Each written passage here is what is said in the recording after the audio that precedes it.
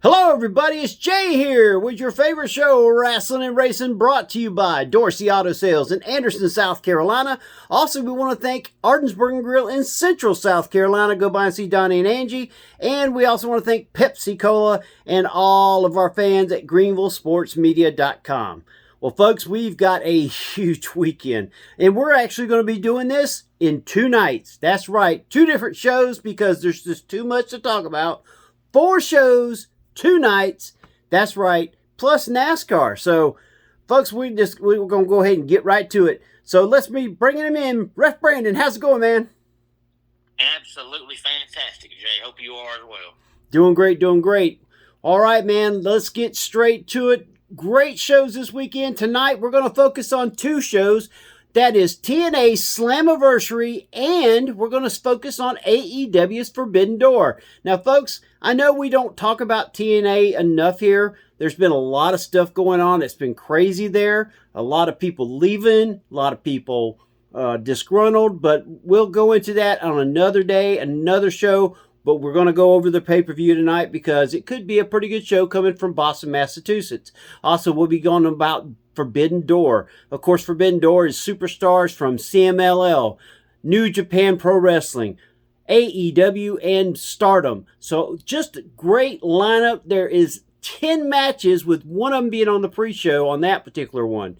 So before we do that, Ref Brandon, yesterday we had a new NASCAR winner. Tell us a little bit about it real quick.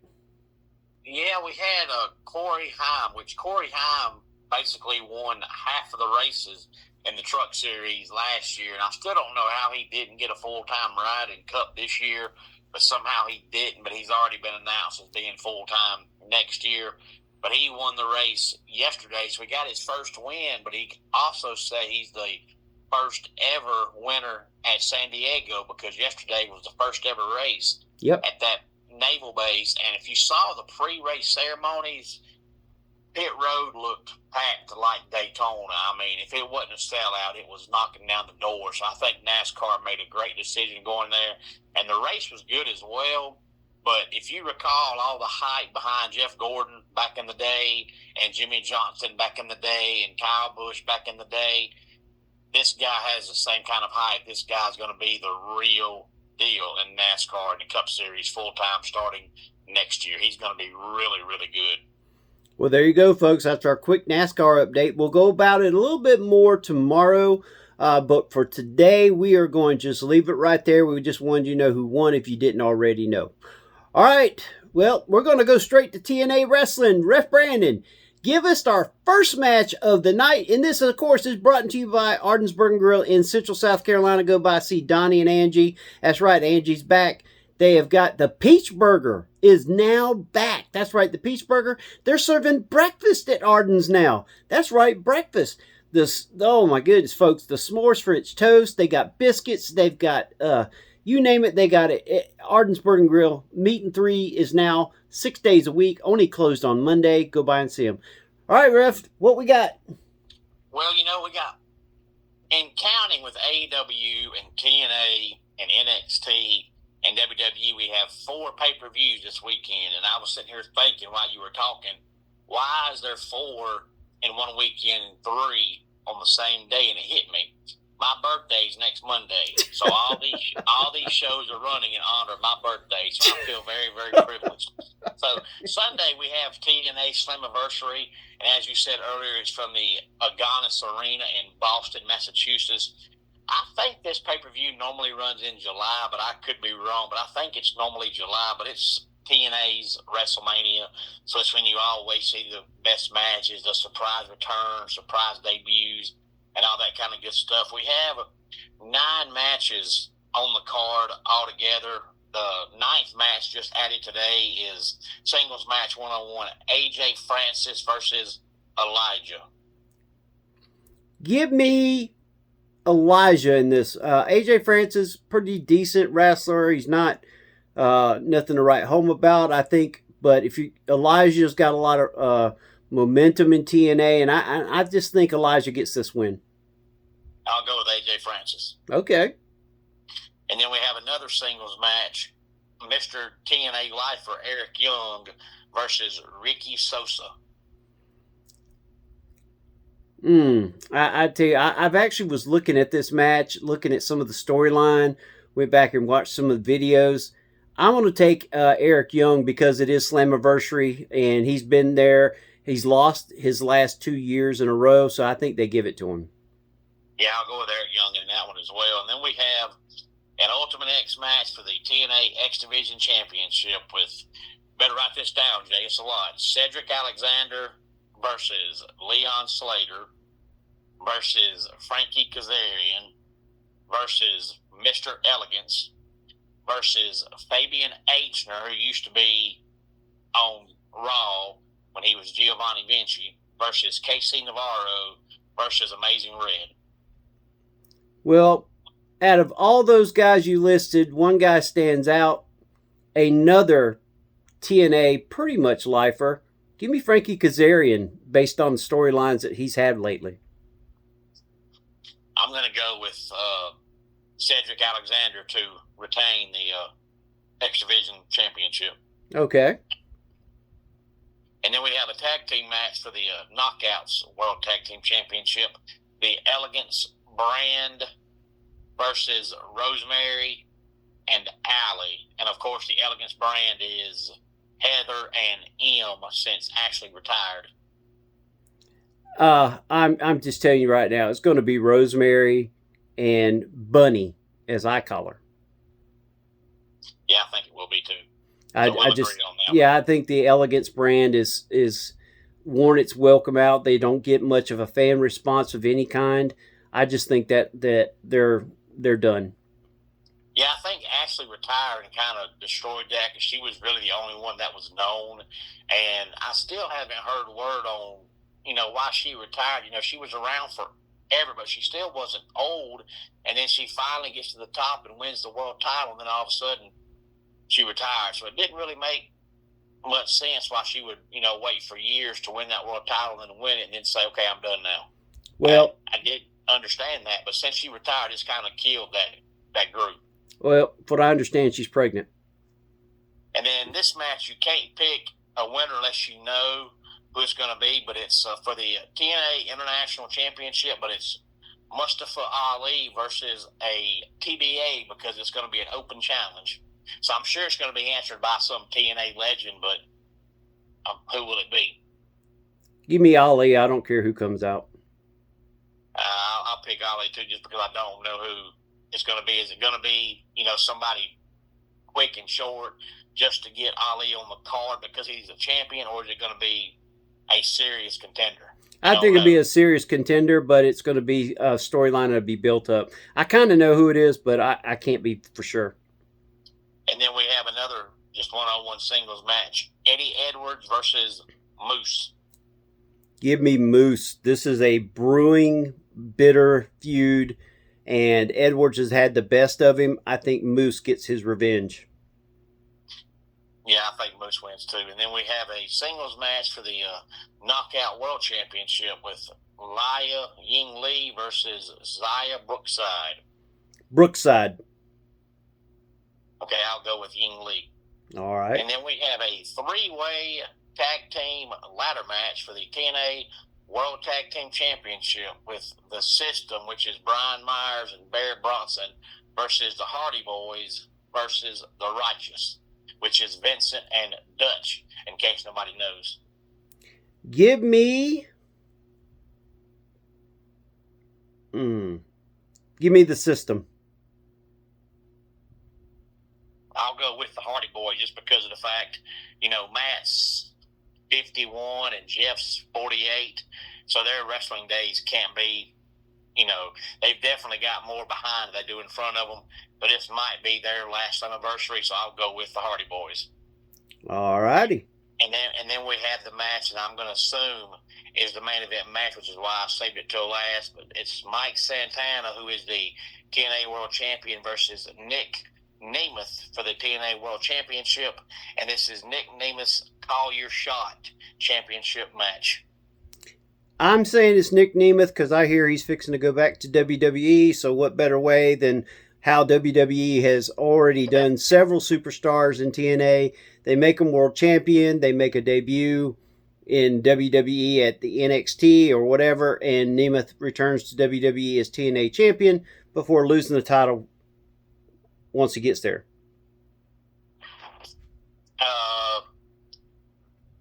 I say Mike Santana wins. Okay. And that's the 9 matches for Slammiversary, which will be in Boston, Massachusetts, Sunday, I believe. 7:30 is the start time for that, I believe. All righty, folks. Well, there you go. We've went over our TNA Slammiversary predictions for this week, and now we are going to jump over to AEW, brought to you by Pepsi Cola and Upstate Physical Therapy in Anderson, South Carolina. Go by, see David and Jimmy. They will take care of you for all your physical therapy needs. We're going to start with the AEW Women's World Tag Team Championship. Divine Dominion, Double D, as Thunder Rosa called them, taking on Thunder Rosa and Olympia from CMLL. Ref Brandon, I got Thunder Rosa and Olympia taking the championships in this match. Who do you got? Well, I'd like to say disagree with you because it makes for more entertaining programming, but I actually agree with you on this one. All right, well, there you go. Next up, the Young Bucks versus Mystico and Mascara Dorada versus Shangho Tahi and Titan. Hope I got that right. My question is, how long can the Young Bucks wrestle and still be called the Young Bucks? Shouldn't they at least be the middle-aged Bucks by now? But I'll go with the El Sky team of Mystico and Mascara Dorada. All right. Now we get into the matches that's probably going to bring everybody's pride and joy. And the next match, if this is the way they're going to start it, wow. I mean, this is going to be straight up in there, folks. We've got some great title matches.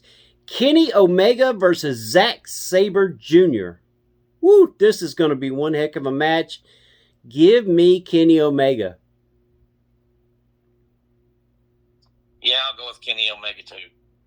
All right, the next one will be for the IWGP Global Heavyweight Championship. Shota Umahino versus Pac. I'll go with Shota Umino. All right, give me Pac. The next one is going to be very interesting. AEW Continental Championship, Jon Moxley versus Bandito. And folks, remember, in this particular match, no outside interference is allowed. Give me Jon Moxley. I'll go with Bandito. All right. Next one up. The AEW World Tag Team Championships. Adam Copeland and Christian Cage take on the Dogs. Who you got? I want to go with the Dogs, but at the same time, does it really make much sense to give Adam and Christian the belts for this short of a period of time? So I'll go with Adam Copeland and Christian Cage to retain. I agree with you on that one. Next up, we have the AEW Women's World Championship. Thekla takes on the Starlight Kid. Now, I have not seen much on this particular superstar, but she is amazing. I did see one match. I was able to find one match on her.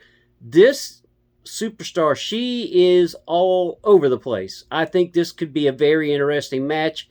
I do think Thekla wins. I think they're building up Thekla big time, so I say Thekla retains. I agree. Oh, yep. All right, next thing we got is the Owen Hart Cup Women's Final. And these two were a surprise because one was not even supposed to be there.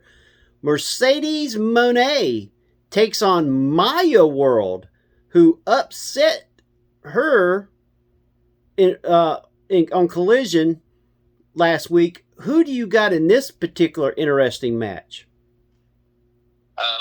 Mercedes Moné. Give me Maya World. I think they're building this person up for a reason. I mean, why would you have her beat Athena, of all people, the one person who's the longest reigning ROH Women's Champion, gets beat by Maya World? I think there's a reason for this. I don't know why. I just do. The Owen Hart Cup Men's Final. Will Ospreay versus Swerve Strickland. Boy, what a year has happened to these two. I'm going to go with Will Ospreay. And I'll go with Swerve Strickland. And finally, our main event for this show will have a steel cage match. Team MJF versus Team Mark Briscoe. If Briscoe wins, he gets a World Heavyweight Championship match. If his team loses, he will not get to face for that world title as long as MJF has the belt. MJF, Kevin Knight, Kyle Fletcher, Kazuka Okada, Jake Doyle, and Andrade El Idolo versus Mark Briscoe, Orange Cassidy, Roderick Strong, Kyle O'Reilly, Kazuchika Takeshita. I can never get his name right. And Darby Allin. I think El Idolo causes MJF's team to lose on purpose. I don't know how it's going to work, but it will work that way. Give me them. Give me Mark Briscoe's team to win this match. And I'll go with them as well. I was thinking about MJF's team, but I think the storyline with Briscoe getting a title shot, to me, they're telling you Briscoe's team wins, so I'll go with Mark Briscoe, Darby Allin, Kazuchika Takeshita, Orange Cassidy, Roderick Strong, and Kyle O'Reilly in a 6-on-6 cage match. There you go, folks. Boy, we was actually able to get through that in 17 minutes. That's almost a half a show in normal time. and what time? This is 8 o'clock as well, correct? Yes, this is a 6 o'clock starting time, because they will have a pre-show with one match during the pre-show, which is the AEW Women's World Tag Team Championship match. Okay, so we're going to have Slammiversary, Forbidden Door, and Great American Bash, all three basically on at the same time on Sunday. Crazy, crazy, crazy. Folks, I mean, I think WWE is doing their best to try to pull as many viewers away from AEW. The only problem is the Great American Bash will be seen on CW. Will not have that many television viewers. It will be free TV, but there's just not enough on that card to make me want to go watch it. We will go over that card tomorrow. And then, of course, TNA, not the number of stars that you would like to see. There's a lot of interesting storylines, which is something that TNA does a little different. But when it comes down to it, AEW has been building all these storylines for these matches, except for the ones that were thrown together in the last couple days, and that was the ones towards the bottom. But even the ones at the bottom, have been going for at least a month. The only one that hasn't, of course, is going to be the pre-show match, which was just announced this past week, which was Thunder Rosa and Olympia versus Divine Dominion. The rest of them have been storylines that have been building and building and building. So, me personally, I think this is where we're going to be going and watching. I'm going to be watching AEW, and then I'll be on my phone or, looking up, or on my laptop looking to see what's going on with TNA and the Great American Bash. What's your thoughts, Brandon? Yeah, I've mentioned on here numerous times about how I've thought for the longest time, NXT had better storytelling and better matches than Raw or SmackDown. But basically, over the past, year and a half, every single NXT big-time star, male or female, has been called up to the main roster. So right now, you pretty much have, Tony D'Angelo running NXT, by himself. So right now, there's not a lot of big-time stars in NXT. Now, I do think Great American Bash might make some stars, but at this current time leading into it, outside of D'Angelo, they really don't have a lot of big-time talent right now because they've all been called up to the main roster. Usually, they call up 3 or 4, and they leave 3 or 4 in NXT. But this time, they called all of them up. So Tony D pretty much got left there with a bunch of nobodies trying to, do it all by himself. But a quick TNA note as well. I don't want to mention it tomorrow night, since tomorrow night we're going to talk, WWE. But we've talked about this before too, Jay, and I don't understand it. Word came out last week that Tommy Dreamer is no longer a part of TNA, and Tommy Dreamer had this huge long post about it because basically they let him go to start over again. But they're bringing in Road Dogg. Yeah. And Road Dogg used to be a writer for SmackDown for a while. But if WWE and TNA are working together, why do you fire Road Dogg to turn around and bring him right back in? Why don't you just keep him there, never fire the guy, and just tell the guy, hey, we're going to put you in TNA? Why fire the guy and then turn around and bring him right back? It just does not make any sense to me, because in reality, you're not firing the guy. He's still there.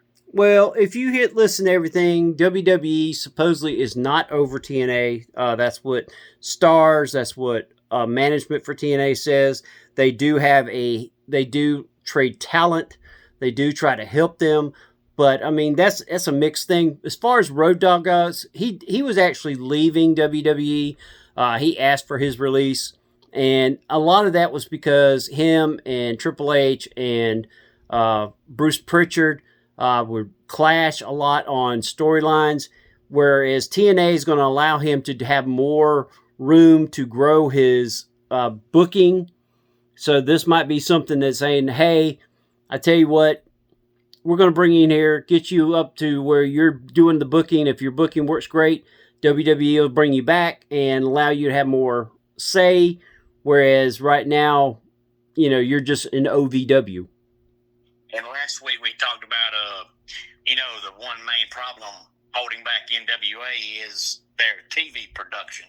And then either on Thursday or Friday Eric Bischoff had this big, huge post pretty much degrading TNA, saying TNA doesn't take their TV production seriously.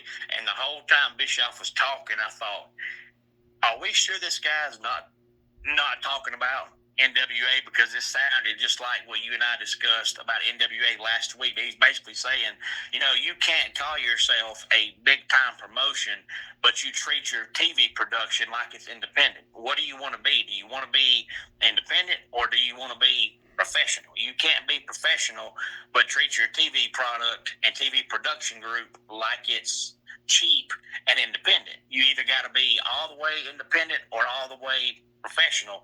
And that's basically what you and I talked about with NWA last week, because their TV product is treated cheaply like independent. Do you want to be independent, or do you want to be professional? Because you can't have professional everything else, but cheap, independent made TV product. It's got to be all or nothing.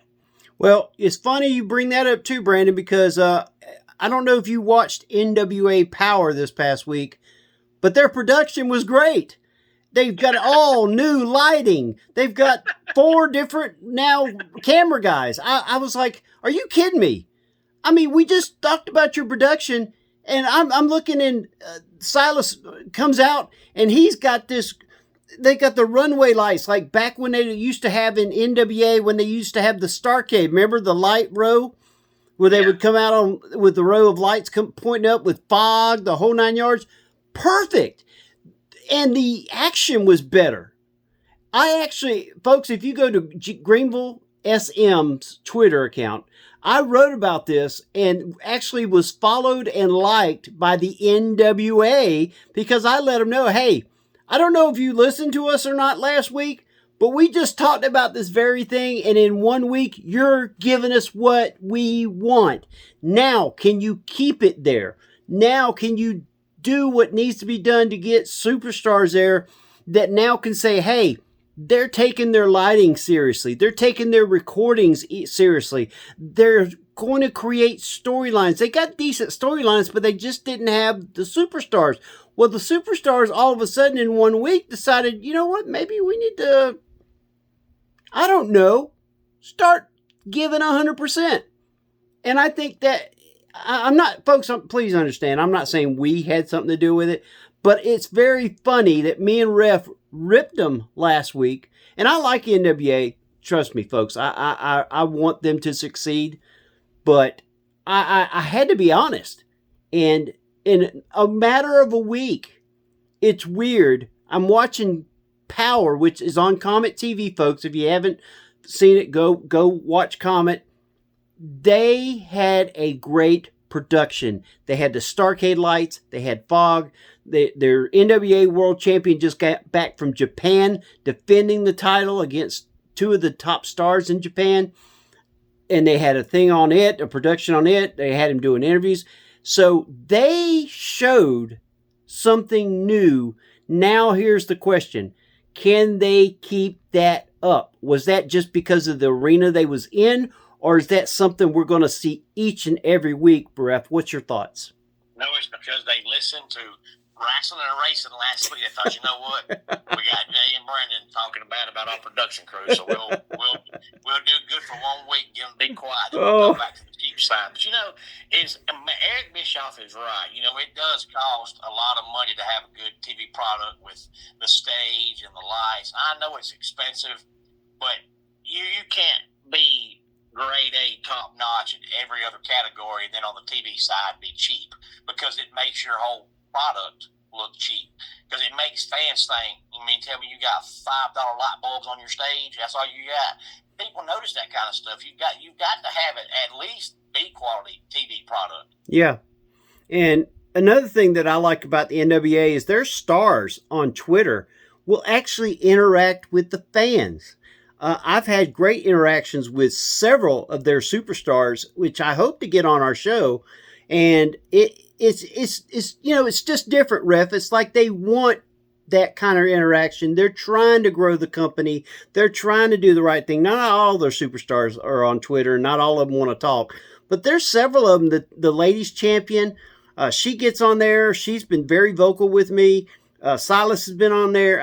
There's been a lot of superstars in the NWA. And like I said, they even followed and liked and retweeted my tweet about their production change. And it's amazing that they will do that. But some some shows just think that they're just too big and too good to interact. But you know what? When you do that, the fans will vote on you nowadays. It's not like, you can just keep on doing that and get away with it. And I think that's where the WWE has lost a lot of their fans, is this just complete, absolute disrespect towards the fans. I know they say, well, they listened to the fans. They brought back R-Truth when the fans yelled at them and all. But, that is few and far in between. Most of the time, they just got their own thing. And if they were actually listening to the fans, half the storylines that are being done right now would not be on TV. Yeah, I think you listen to the fans from a perspective of like your, TV production and things like that, but you can't always listen to the fans when it comes to the superstars and the wrestlers, because, if the fans don't like somebody, no matter what you do with them, they're not going to like them. So, the fans will tell you, stop using this person, and next thing you know, half your roster is gone because the fans said to. So just like the whole R-Truth thing. Now, if they really did bring him back just because of that, you shouldn't do that. If you're going to fire somebody, you shouldn't let the fans make a decision on whether or not you keep them, because then next thing you know, every time you fire somebody, there's going to be a revolt because of it. If you're going to do it as a business, you do it as a business. So I think sometimes you need to have fans input, but like that's what we think about NASCAR. We talk NASCAR on here. Think about how popular NASCAR was back in the 90s, and then, NASCAR stopped the fans altogether listening, and it about destroyed the product. Well, now they're trying to listen to them again, but you've got half the fan base that still wants racing to be like it was in the 90s, and you got half the fan base that wants it like it is today. So who do you turn to? The old school NASCAR fans or the new school NASCAR fans? So I think you need fans input on some things, But I think, like on storylines and stuff, you need fans' input. But if you're going to make a decision to keep somebody or fire somebody, I think that should be a company decision, not a fan decision. Yeah, storylines, you need fans' input. Yeah, well, I think the biggest thing that they always listen for is the response from fans. Fans are going to boo or they're going to cheer. That's what you want. You want engagement. The ones that I would get rid of is the ones that they come out, and I'm just going to use this for an example, folks. Raw was already on today. It started at 2 o'clock. They were from London. And the Street Profits was in the main event versus the Vision for the World Tag Team titles. The Street Profits came out, and you could hear 10,000 pins drops. I mean, it was, you had some cheering, you had some booing. It was lukewarm. Then the Vision come out, and you got tons of boos, just tons of it. Well, that's what you want. You want them to boo the Vision. But when you got a face team like the Street Profits, you want engagement. You want people cheering for them. They're supposed to be the good guys. They're teaming with Seth Rollins. And, until Seth Rollins came out to help interfere and they won the tag titles, people just was not behind them. And it's sad because they are a great tag team. They've been together for a long while. Yes, this was their 5th tag team championship. But, folks, that's where you get your, should we keep them? This might be a short title run if they're going to get that kind of crowd response, because if the crowd response doesn't get better, I don't see this tag team holding on to those titles very long, because one thing that Triple H does not do is put titles on mediocre people and keep them there. Yeah, that's where you always need the fans' input, is just from a crowd reaction. Like, if you go by crowd reaction, Karrion Kross would have been let go 6 months before he actually got let go, because he never got any kind of reaction. But they tried, and it didn't work. And they've tried with the Street Profits for 2-3 years now, and people for whatever reason just don't get behind them. So, when it comes to crowd reaction, that's what you need. But when it comes to making a decision on who to keep, who to fire, that should be a business decision, not since the crowd likes this guy, we're not going to fire him. Now, if you're going to fire the guy, because you knew how popular R-Truth was before you fired him. So you knew ahead of time that if you did fire the guy, you were going to get backlash from it. So if you were going to keep the guy around based on fan reaction, you should have never fired the guy in the first place, because you knew that was coming. But now the next time you fire somebody and you get backlash from it, are you going to bring that person back too? Because if not, why is R-Truth different?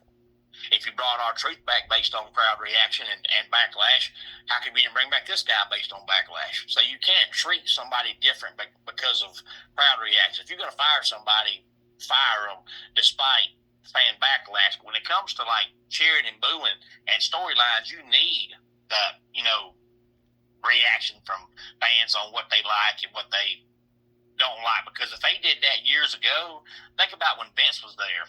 I mean, there was about a 3-year stretch where Roman Reigns was the big dog and Vince was determined he was going to be the next big babyface. And every time he came out, he got booed like crazy.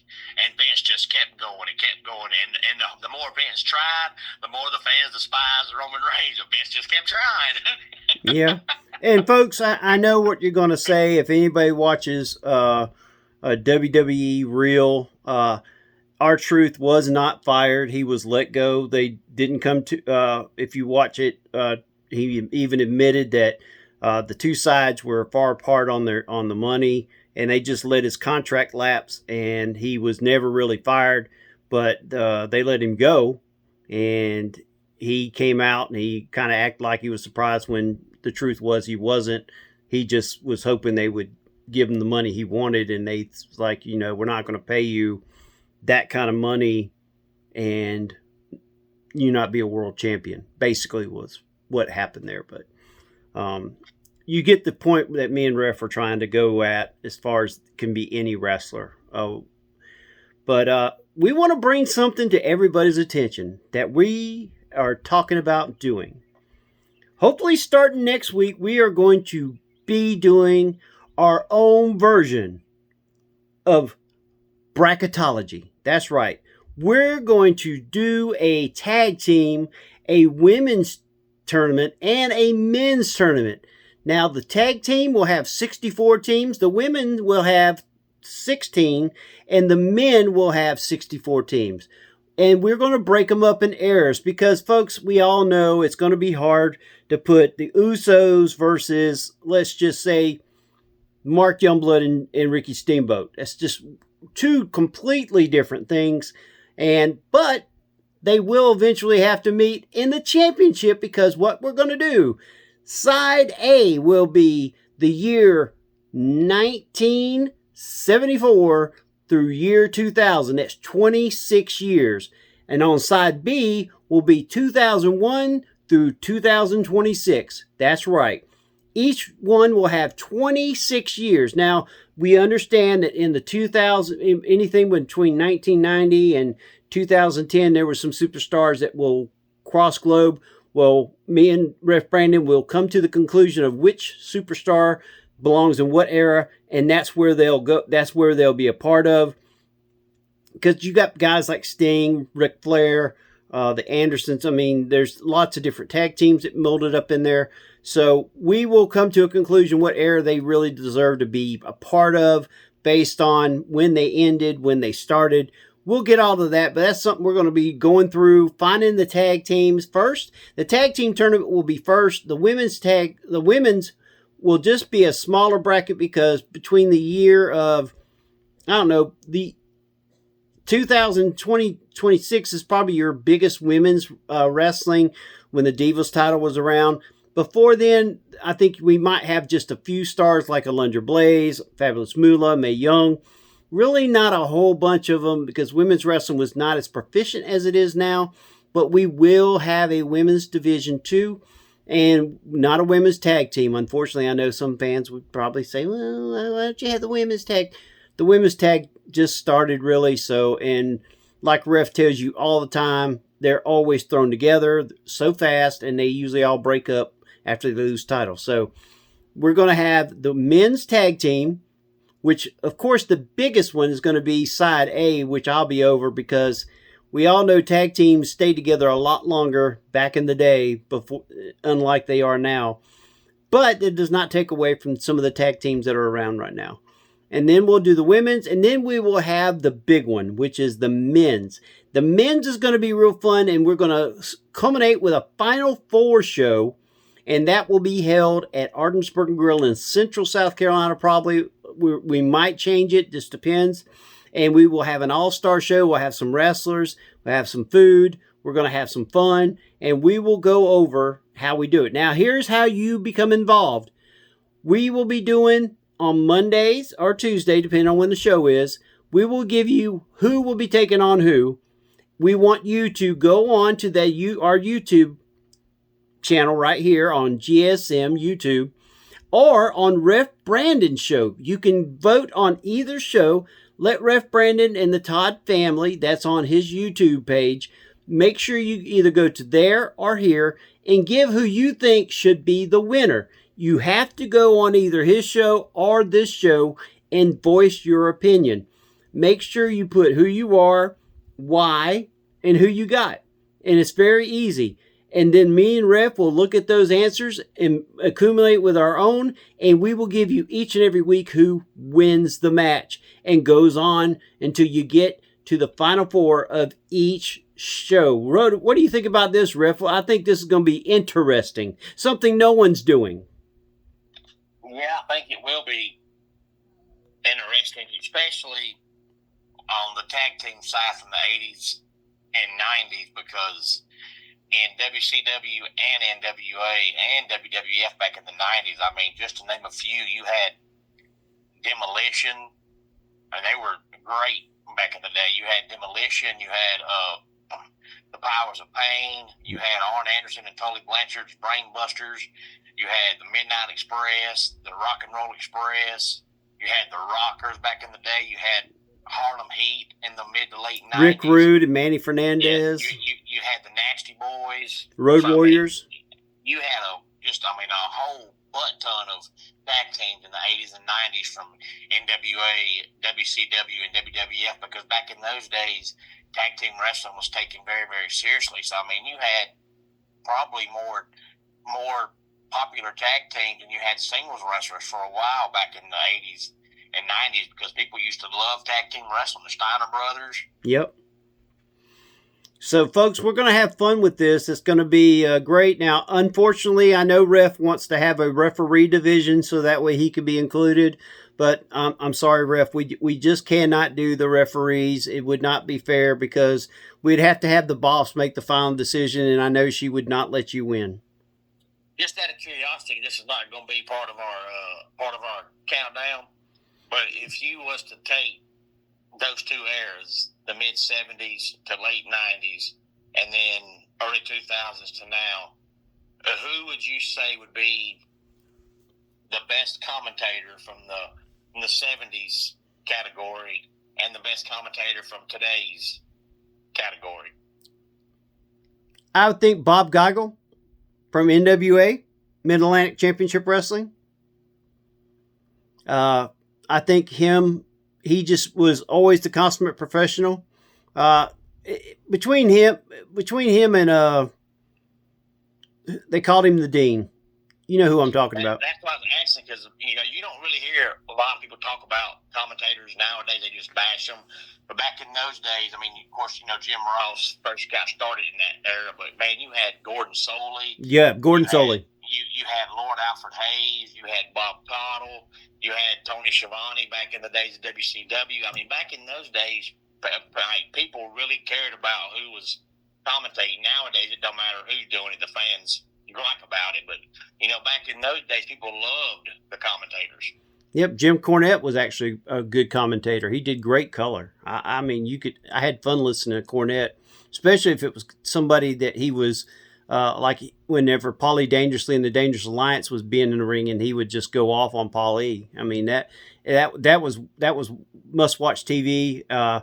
Also, Jerry Lawler was great at doing that with Jim Ross. Lawler and the Puppies and all the different things. I mean, I think there's so many different things that you could look at. Of course, I would say Jim Ross was more in the 2000s. That's when he really got going in the WWE, when they had the Attitude Era. It really turned over. You also at one time had Bobby Heenan and Gorilla Monsoon. Yep. They were great together. I mean, absolutely amazing. And when Bobby would make Gorilla laugh and break character, it was so funny because Gorilla was just so serious. And on the occasion, Bobby would make Gorilla break, and you could hear Gorilla pause and trying his best not to be caught laughing on camera. And it was just so good because back in those days, you just didn't do that. Yeah, I remember his famous words, "Well, will you stop that?" And nowadays, it don't matter what company it is and who's doing it. All the fans hate all the commentators. No matter what they do, they don't like them. But, back in the 80s, you didn't have all the social media, so you got to be able to enjoy the commentators without the fans bashing them. Now they bash every doggone one of them. Yep, that's true. All right, folks. Well, we'll be back tomorrow with the pay-per-view of WWE, which is the Night of Champions, which will be the King of the Ring, and also we will have the Great American Bash and NASCAR. We'll go over a little more in depth of what happened this past weekend in San Diego. Of course, we gave you who won, but we're going to go a little more in depth over the top 10 and who and how did the points look? How's it shuffled around? We'll make sure to go over a little bit more of NASCAR. And silly season's already starting, Ref. My Lord, in NASCAR, it's not even July yet, and we're already starting to get some silly season stuff. You gotta remember, for tomorrow, we talked about last week. We brought up how Josh Berry lost his ride in the Wood Brothers, and it seems like they've already confirmed who's going to be the next driver in that call. We can talk about that with our NASCAR report tomorrow. Exactly. We'll go over that and other things. But folks, we want to thank everybody at Arden Spring Grill in Central South Carolina. Go by and see Donnie and Angie. We want to thank Dorsey Auto Sales. Go by and see him on Whitehall Road in Anderson. If you need a good running used car, you can't beat Dorsey Auto Sales. I also want to thank Pepsi Cola and, of course, GreenvilleSportsMedia.com. Well, folks, that's it for today. Get ready. We'll have our chart hopefully made up next week for the tag teams. Me and Ref are going to have to get together and really work on this because we want to give you the best teams in our eras. And folks, understand when we do this, it's going to be more than just wrestling. It's going to be more than who made the most money. It's a culmination of everything. So when we get down to it, we're going to say, okay, if we put these two teams in a match, who would you really want to win if you was the booker? So we're going to look at it that way. But like I said, you have a voice. Make sure you get on Ref Brandon and the Todd family's YouTube channel and give him your answers. That way when Ref comes to me, or you can put them on our YouTube channel here for Rasslin Racing. Either way, we're going to put that together and we are going to give you the answer of who wins each and every week and each and every match. And that's it for this week. This is Rasslin Racing. So long, everybody.